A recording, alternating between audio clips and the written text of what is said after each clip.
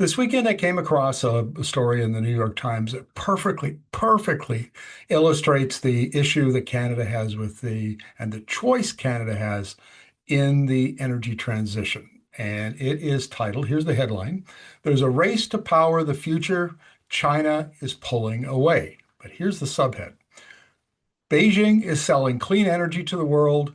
Washington is pushing oil and gas. Both are driven by national security.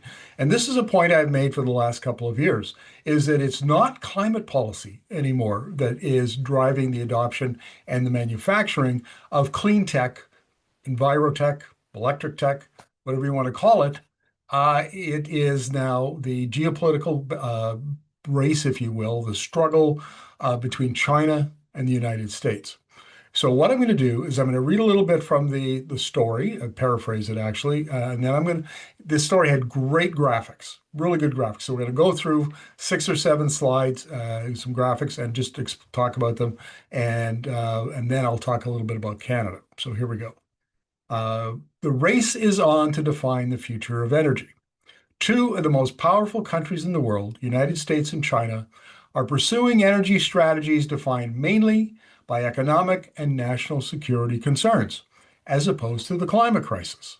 It's a point we make here at the energy media all the time. We don't talk about climate, we talk about technology change, economics, markets, consumers, that kind of thing. The Trump administration wants to keep the world hooked on fossil fuels like oil and gas.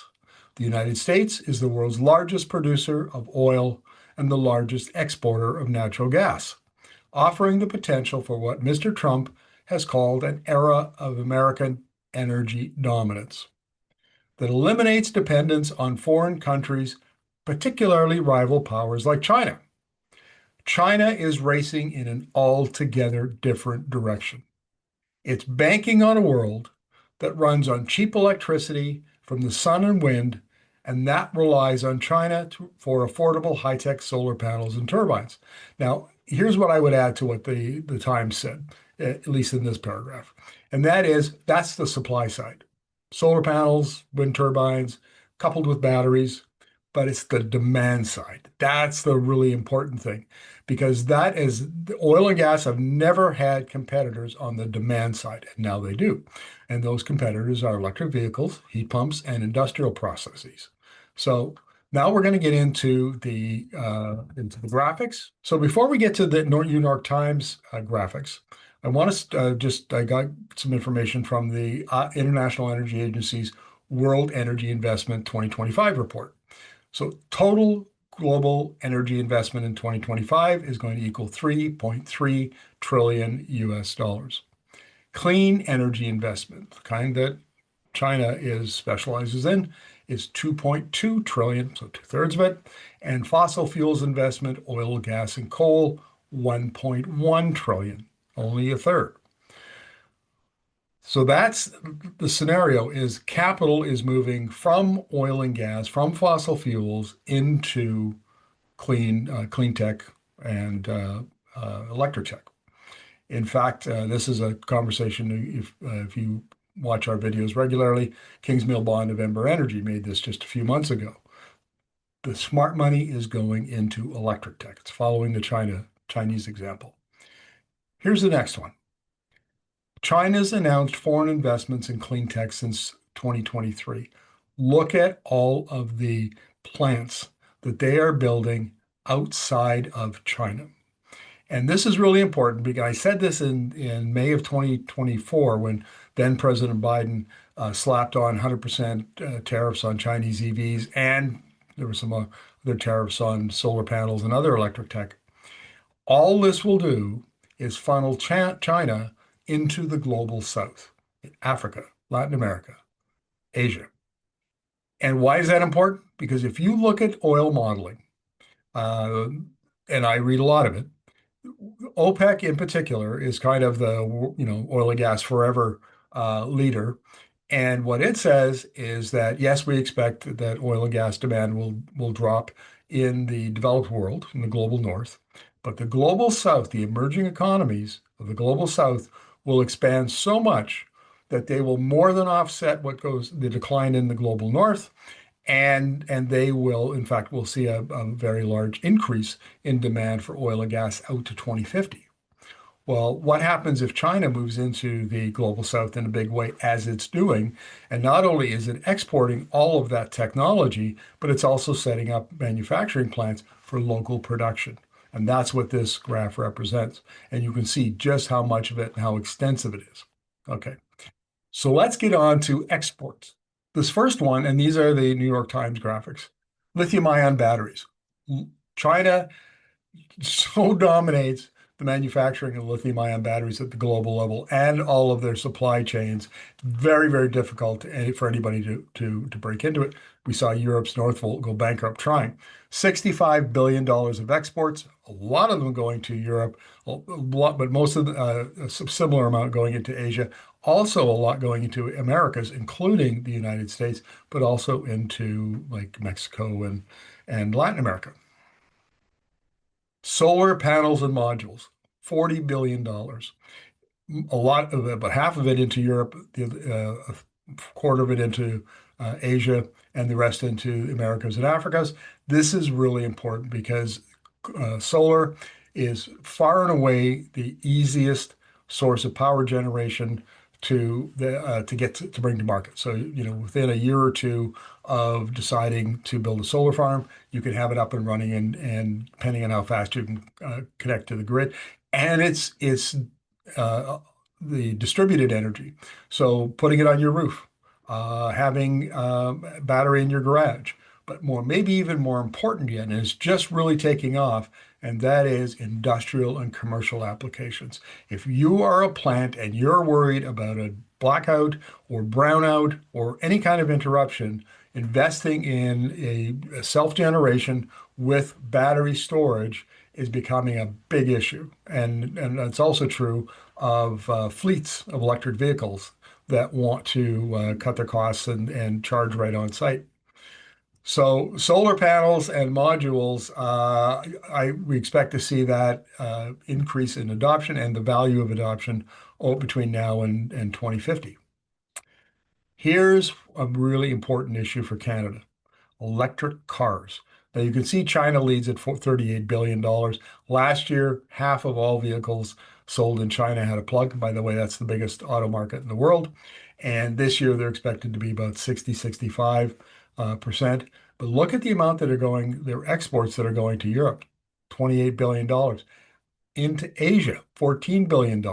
Not so much into the Americas, and look at where the United States, actually, the United States in this category exports more than I thought, to be fair to the US, but still, less than a third of China. And China is set to expand, whereas President Donald Trump in the US is cutting back, the Inflation Reduction Act tax credit for EVs, doing everything he can to promote internal combustion engine vehicles. So that doesn't bode well for the U.S. going forward, at least this decade, the rest of this decade, because it won't be able to compete with China.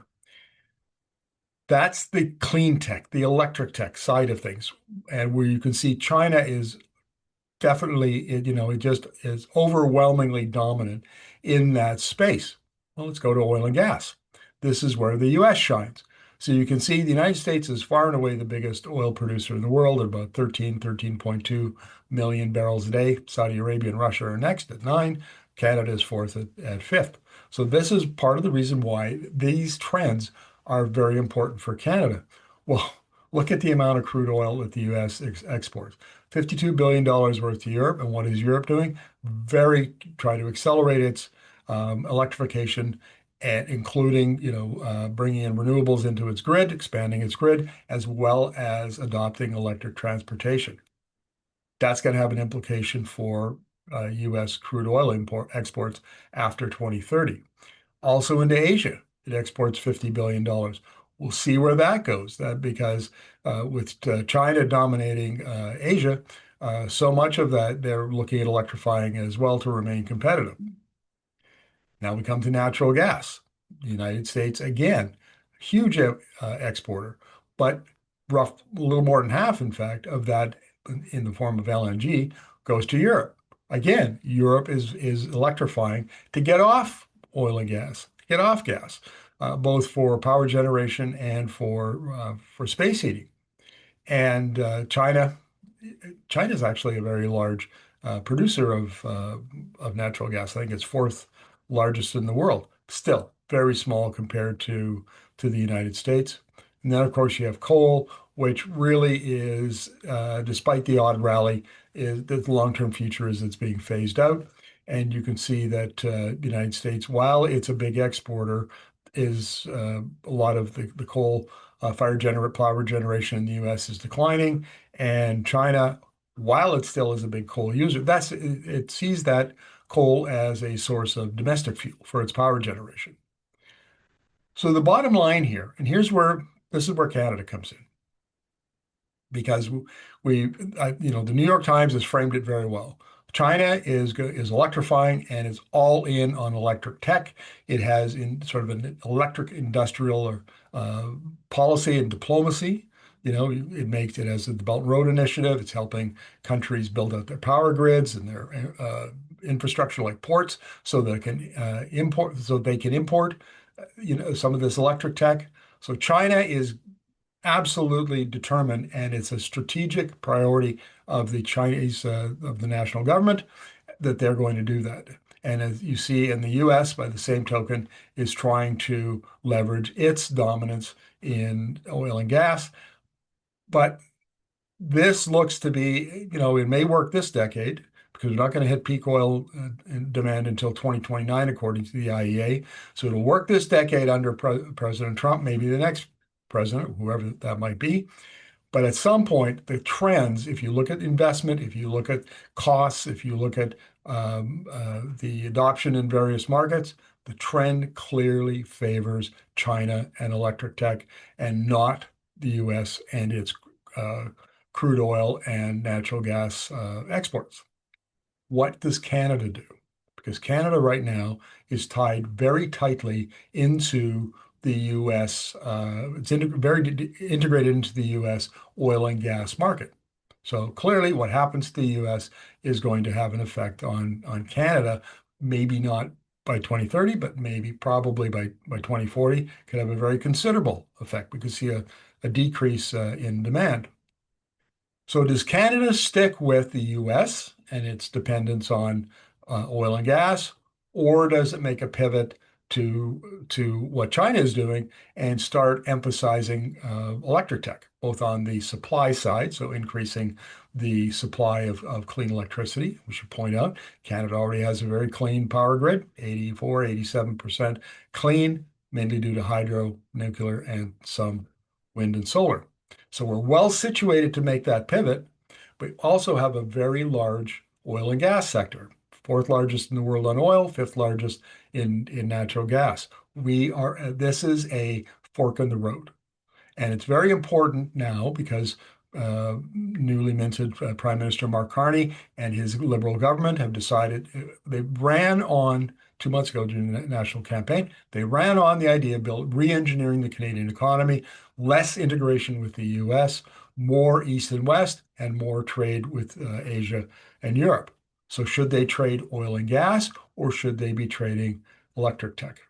Because we do have opportunities like critical minerals and processing. There's all kinds of things that we can do on that side of things. That frames the choice that Canada has to make. Now, I suppose there's a third strategy here, which is basically pivot to electric tech while exploiting the oil and gas resources for as long as we can. And that requires a whole different video because, of course, here at Energy Media, we're already talking about turning Alberta's bitumen into carbon fiber and asphalt binder and so on. So that's a more sophisticated, more detailed, I guess, conversation that we need to have. And maybe that's the way we go. But framing it like this, these three choices: electric tech, oil and gas, or some kind of hybrid version. And so we maximize our resources while we're building out electric tech, are probably the three choices we have. We're not hearing any of this at the national level. It's all dominated by pipelines and more oil. So that's what the purpose of this video is, to try to reframe the Canadian energy conversation. What are our choices? Thank you, New York Times. You've done a very good job of framing it for us.